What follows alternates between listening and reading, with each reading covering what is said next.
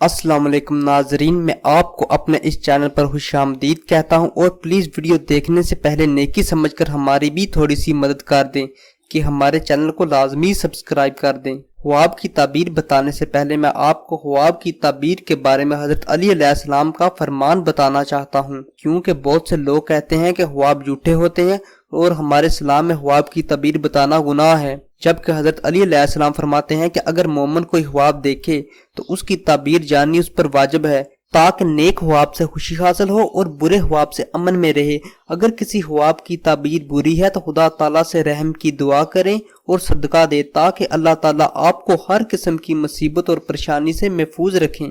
ناظرین، آج میں آپ کو خواب میں نبی پاک صلی اللہ علیہ وآلہ وسلم کی زیارت کرنے کی تعبیریں بتاؤں گا۔ آپ صلی اللہ علیہ وآلہ وسلم فرماتے ہیں، جس نے مجھے خواب میں دیکھا اس نے حق دیکھا، کیونکہ شیطان میری صورت اختیار نہیں کر سکتا، اور جو شخص مجھے خواب میں دیکھے گا اس سے رنج و غم دور رہیں گے۔ نبی پاک صلی اللہ علیہ وآلہ وسلم کو خواب میں دیکھنا ایک انسان کے لیے بہت بڑی نعمت ہے، کیونکہ نبی پاک کی زیارت صرف نیک لوگوں کو ہوتی ہے۔